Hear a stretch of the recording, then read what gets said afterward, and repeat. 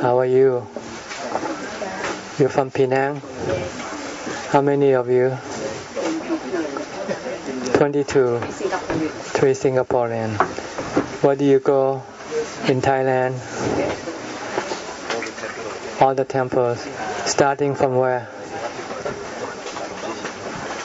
Khao Kichagut.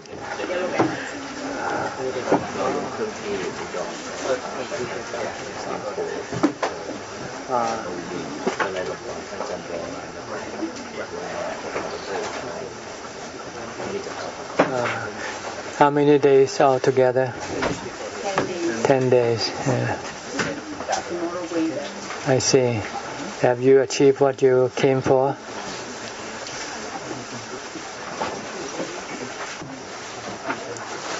So what do you do besides going to temples and pay respect to teachers? Do they talk to you? You have some translator? I see. And did you ask any question? No? Some question? I see. You still want to ask some more question? You can.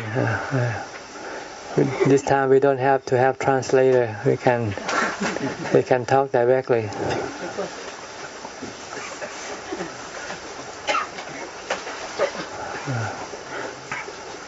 Do you know why you have to go to see different teachers? To learn more things. Yes. And maybe clarify some of your questions, things that you're still doubtful about. If you talk to teachers who have become enlightened, they can answer your doubt, get rid of your doubt, because they see what you don't see. See, you're still like a blind person, so you need to talk to someone who is not blind, like Nibbana, like the cessation of suffering, the cessation of rebirth. These are true, but you don't see it. You don't know what happened after your body dies. You can only trust or believe in what you hear, but you still don't really see it yourself. And you will never see it until you practice meditation. Because when you meditate, you can separate your body from your mind from your body. Then you'll see that in yourself there are two persons, not one.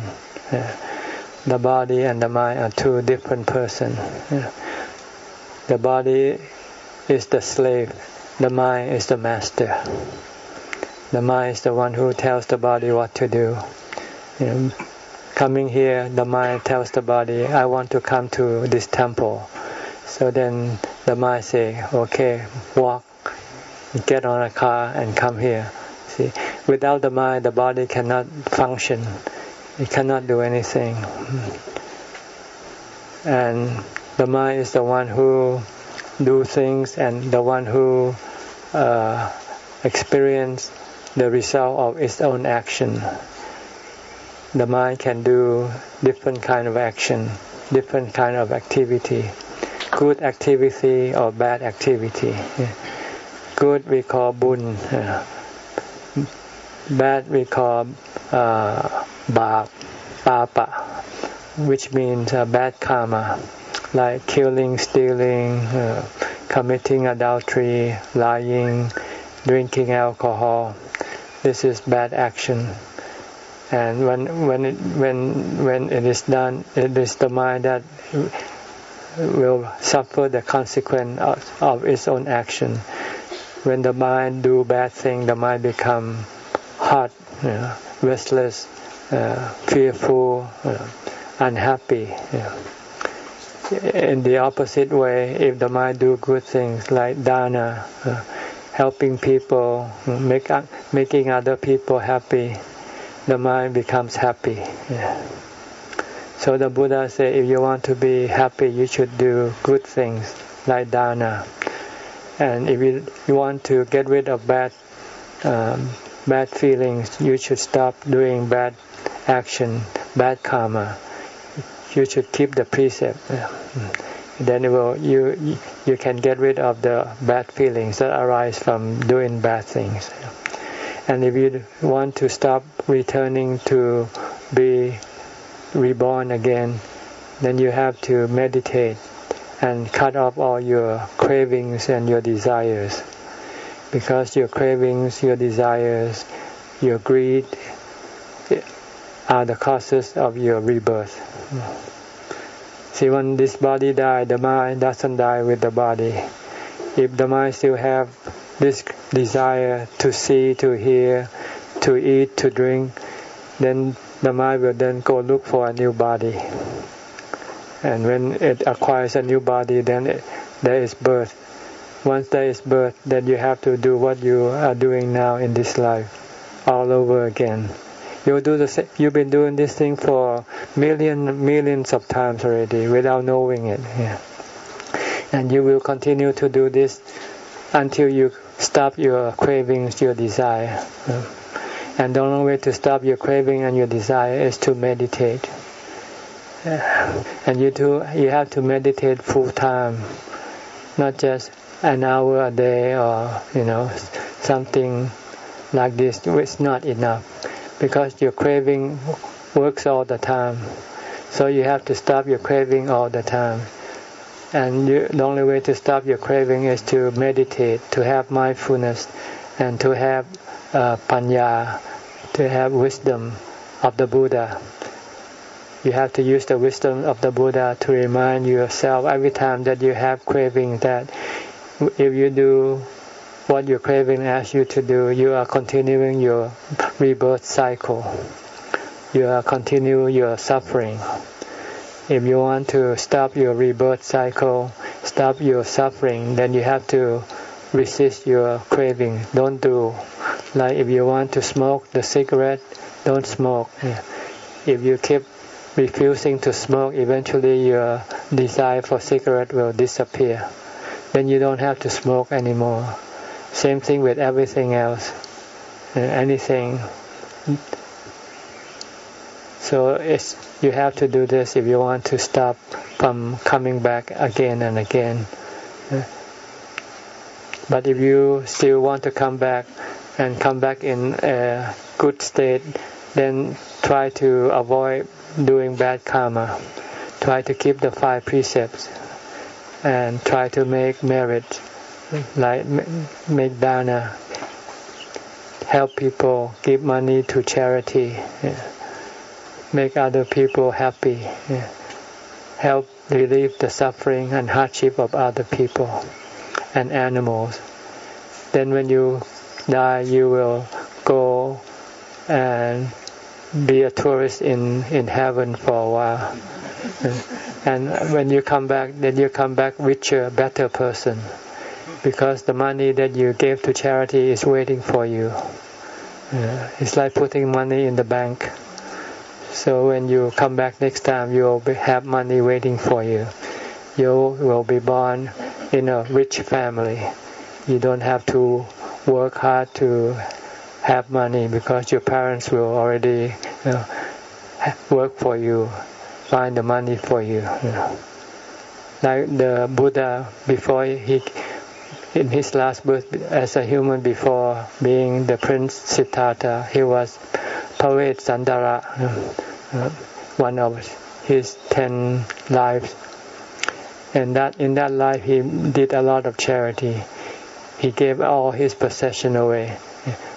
If people need something and they come and ask for him, if he have, he'll give them. So after he died, his mind then goes to heaven. And after that, his mind come back and reborn as Prince Siddhartha, and be endowed with the richness of the wealth of a prince. Yeah. This is because in his previous life he gave a lot away. Yeah. And then he also had developed some other paramis, some other perfection, other qualities, such as wisdom. So he could see the cause of his rebirth as the three desire, or the three cravings. The craving for sensual pleasure, craving for being, and craving for non-being. So he used meditation to stop these cravings. Once he had overcome these cravings, then he didn't have to come back and reborn again. And without craving, the mind will be always happy, always full, content, not hungry, not feel lacking in any way. It's always full, always happy. This is what we call Nibbanang Paramang Sukhang. Nibbana is the supreme happiness. Nibbana is the result of getting rid of all the cravings.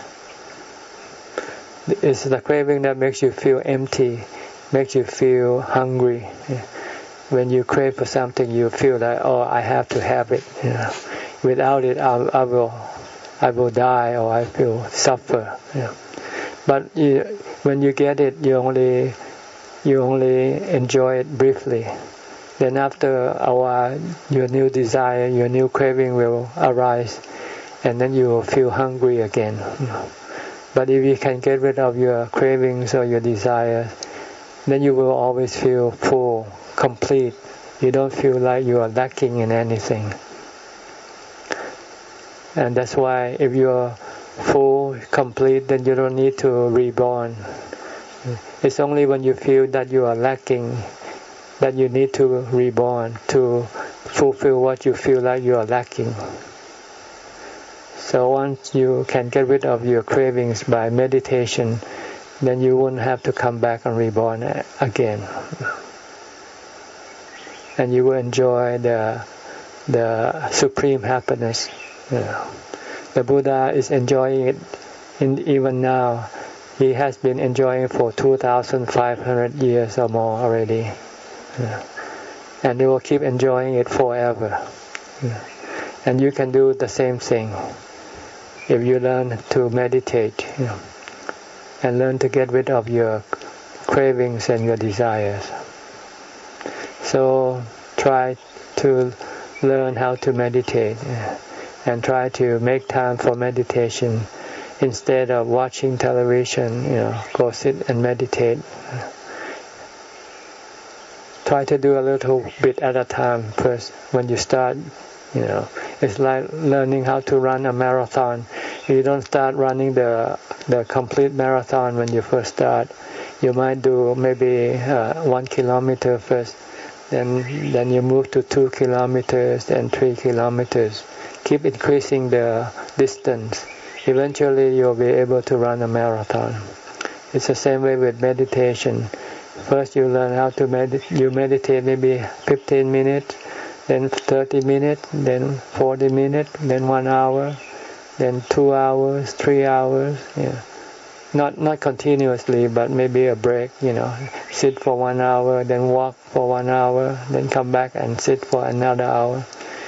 If you can do it all day and all night except when you go to sleep, then you will be able to get rid of your cravings and your desire. Then you can stop rebirth, stop the rounds of existence. But before you can do that, you have to keep the precept first. And before you can keep the precept, you have to be charitable first. Because when you are charitable, you'll be kind, you'll be nice to other people, then you can keep the precept. But if you're not charitable, you are selfish, then it will be hard for you to keep the precept. So the purpose of dana is to mellow your mind, your heart, to make your mind kind and nice to other people. When you are nice and kind to other people, then you don't feel like hurting other people. So you will be able to keep the precept easily. Once you can keep the 5 precepts, then you can extend to the 8 precepts. The 8 precept is necessary for your meditation, because if you don't keep the 8 precepts, you can still eat in the evening, you can still watch TV, you still can do other activities. Then you won't have time to meditate. But if you keep the 8 precepts, then you won't be able to do any other activity except meditation. Then you can meditate from after 12 o'clock, after you finish your lunch. Then you won't have to worry about eating anymore until tomorrow, because the 8 precepts prevent you from eating after 12 o'clock. And it also prevents you from sleeping with your spouse, your husband or wife, and prevent you from entertainment, watching or listening to entertainment. So then you won't have any other activity to do. Then you have the time to meditate, to develop mindfulness, to be able to stop your mind from thinking. And when you have mindfulness, when you sit, you can calm your mind and have samadhi. Then you will find a different kind of happiness arises from samadhi. This happiness that arises from samadhi is much better than the happiness that you get from watching movies or doing other kind of activities.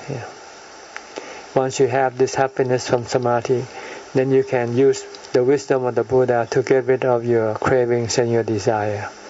You say, it's better not to do what your craving asks you to do. Because if you do, you have to keep doing it forever. But if you stop, then you won't have to do it forever too. Like if you smoke, if you keep smoking, you'll smoke for the rest of your life until you cannot smoke. But if you stop, then you won't have to smoke anymore once you stop. So this is what we mean by wisdom. To see the harm of following your cravings and your desire. You must resist. You must not follow your desire, your cravings. Then when you don't follow them, then they will stop coming. But if you keep following them, they keep coming back for more. So this is what you should try to do if you want to find the supreme happiness that the Buddha and his noble disciple has found and has possessed. Okay? All right. Okay. One of Ajah's Q&A session, Ajahn did say that if you don't have jhana, no matter how much you know about the Dhamma, your mind will not be able to go any further. But there are many people who know Dhamma and cannot enter jhana. So, is there any way that can help this type of people in going further? Well, they just have to develop mindfulness. Right, because the knowledge of Dhamma that they have is not beneficial yet. It cannot get rid of your desire. See? You need to have jhana before you can have the strength to resist your desire. Because when you have jhana, you have happiness. So then you say, well, I can live without smoking, I can live without drinking, because I'm happy.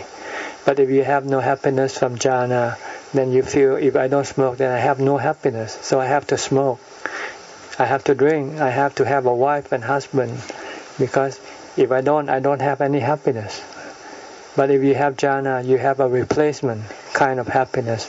So you don't need to have a husband or wife or cigarettes or anything that you have right now. You can get rid of everything that you have. Because jhana, the happiness from jhana is better. So it's very important that you learn to develop mindfulness, because mindfulness will bring your mind to jhana. And you need time to do it. That's why you have to keep the 8 precepts. And you have to be alone. Because if you're with people, then you'll be distracted. And then you will not be able to develop mindfulness. You want to stop thinking. You don't want to think. But when you're with people around you, you have to think. You have to talk to them. Or else they will feel neglected, or they will feel bad. How come you're not talking to me? So you have to be alone or be with meditators who know that the purpose is to stop thinking. Yeah. In a forest monastery, monks usually don't talk to each other. Even when they see each other, everybody is being mindful. And sometimes people think monks hate each other because they don't talk to each other. Because they don't understand the reason why monks don't talk to each other. They want to keep the mind calm. They don't want to think. Okay, I have to. Any more questions? There are quite a number of us who are retired, and we are thinking of doing serious practice. So we're thinking of doing serious practice in our own house. And our house has reasonably good conditions, like it's quite quiet, there are very few people in the house and things like that. But some of us are doubtful that doing by ourselves in our own house can lead to any sort of result. Yes, to a point, yes. But you have to have discipline. You have to set up the schedule of your practice and stick to your schedule, like getting up, then start walking meditation, sitting meditation, then have a meal, finish meal, reading Dhamma books, or continue on. You have to have this schedule, and you have to stick to the schedule, and don't do any other kind of activities.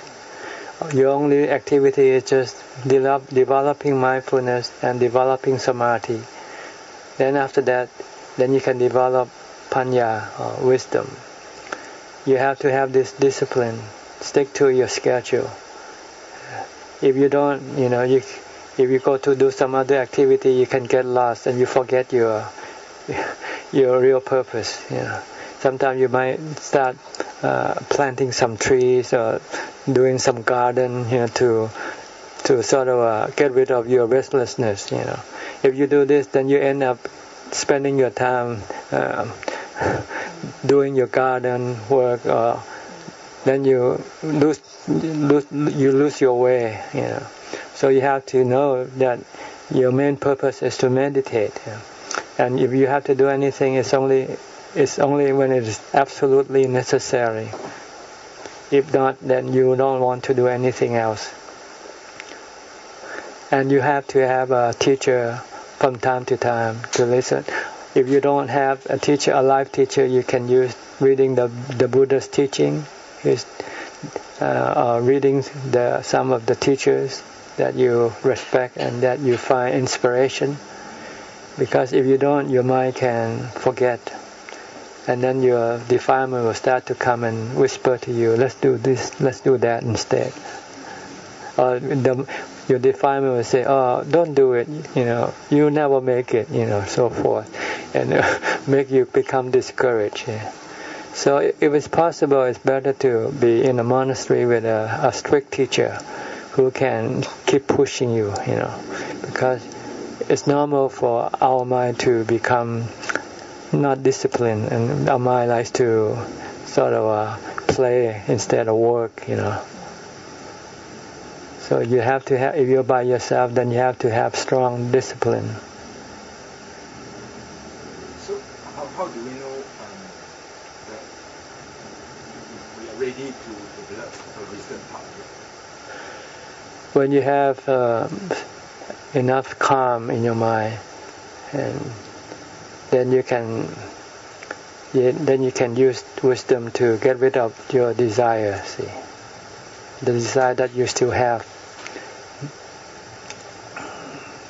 because there are still things that you have to get rid of that you still don't know, like your desire for the body to exist, not to get sick or die. See, this is the desire that you have to get rid of. And without samadhi, without jhana, you will not be able to get rid of, because you rely on your body. You cling to your body for your well-being. But once you have jhana, you have a different kind of things, and to make you feel to have a well-being. Jhana can make you feel that you have well-being. You don't need the body to make you have the feeling of well-being. If you don't have this replacement, then you cannot. You still cling to your body. The self-view in the lower three factors, does it refer to self-view of the body as a person, or both the body and mind as a person? Right now we view the body and mind as ourselves, which are both wrong. The body is just a mannequin, a robot, made up by the four elements. And the mind is the one who runs the robot, or the puppet. The body is like a puppet, and the mind controls the puppets. But the mind also is also deluded to think that the mind itself is a self, which in fact the mind is just a knower, a thinker, but not a self. But when it thinks that it is itself, then it clings to this feeling, this notion of self. But first you have to get rid of yourself toward your body first. Once you can get rid of yourself of the body, then you can come and get rid of the self of the mind. So it means that if we are practicing contemplation of the body, we don't have to bother about contemplation of the mind. Right, not yet. You have to go step by step. First get rid of your attachment to your body, to see the body is just the four elements. And then you can destroy the self in the body. Then you come destroy the self in the vedana, in your feeling.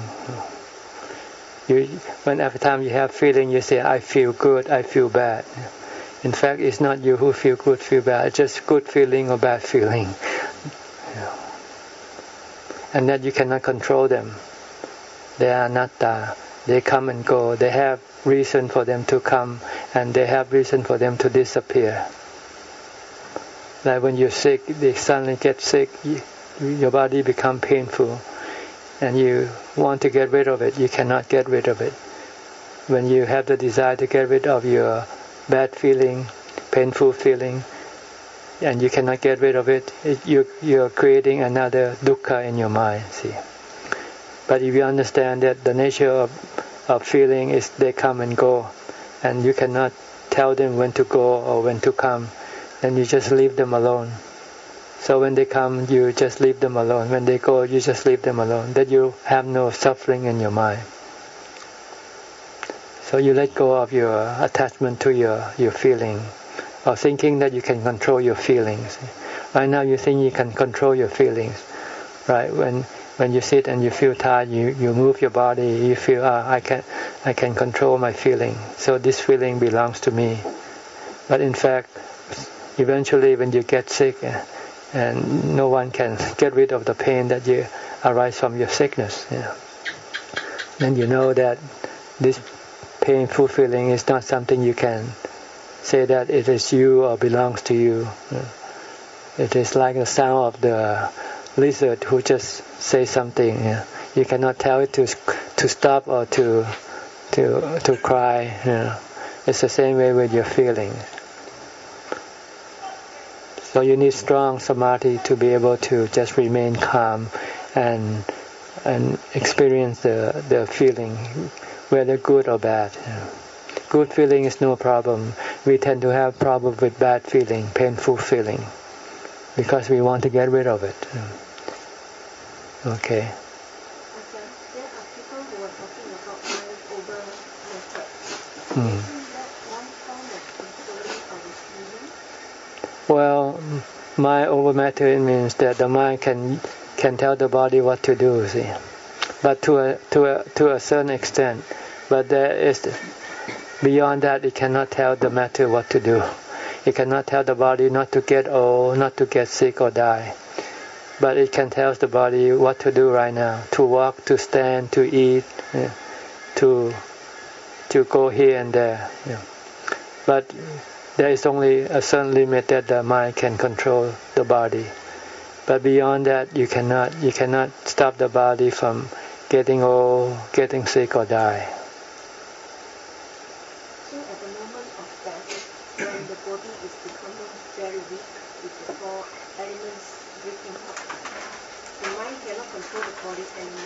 Yeah. The mind will have to leave. The mind controls the mind. Keep it calm, because a calm mind is happy. If the mind clings to the body and has desire for the body not to break up, then it become it will be painful in the mind, and you can get rid of this painfulness in the mind by just keeping it calm, by using mindfulness or wisdom. So that means the mind actually overlooks the pain in the body. Just ignore it. Just leave it alone.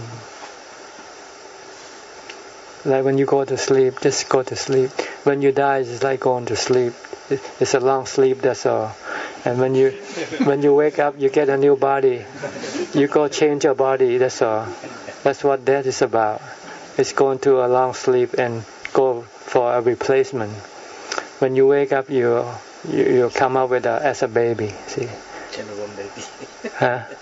New baby. A new baby. You got a new body, but still the same mind. Still same character, still same personality, same way of thinking, same way of talking, same way of doing things. The same, the mind doesn't change. It's like going to sleep. When you wake up, you're still the same person, right? The same way when you die and you get a new body, you're still the same person. If you used to do dana, you continue to do dana. If you used to drink, you go drink, Everything is the same. The mind, everything the same mind, except with a different body, that's all. Okay? Ajahn, when we reflect on the three characteristics, anicca, dukkha, anatta, do we have to develop all three characteristics together, or can we just pick one or two to develop? You can use either one as long as you can get rid of your desire. See, when you desire for anything, try to look at either it's impermanent or it's dukkha or it's anatta. It depends. Sometimes you have to use anatta, like with painful feeling. You have to look at it as anatta because you cannot control it. It's like the weather. The only way you can do with the weather is to live with it. It's the same way with the painful feeling. You just have to live with it. Yeah. If you can live with it, then you won't suffer. You won't feel painful in the mind. But sometimes with people that you like, you have to look at impermanent, that you're going to lose them one day. Or if people you stay with and you want them to do things a certain way, then you have to look them at anatta. You cannot tell them what to do. Because sometimes they like to do their own way, their own thing. And if you want them to do something else, they won't do it. And when they don't do it, then you feel bad. See. But if you look at anatta and say, I cannot tell them what to do, leave them alone, then you won't feel bad. So it depends on how you can use either one of them. You can look at as being dukkha, like money. When you see money, don't look at it as being good, look at it as being bad. Why? Because you can lose it, see. When you lose money, then you cry, right? Or when you spend it all. So it's dukkha that way. So you can look at either way. It's the same thing. The goal is to get rid of your desire for that object, or attachment to that object.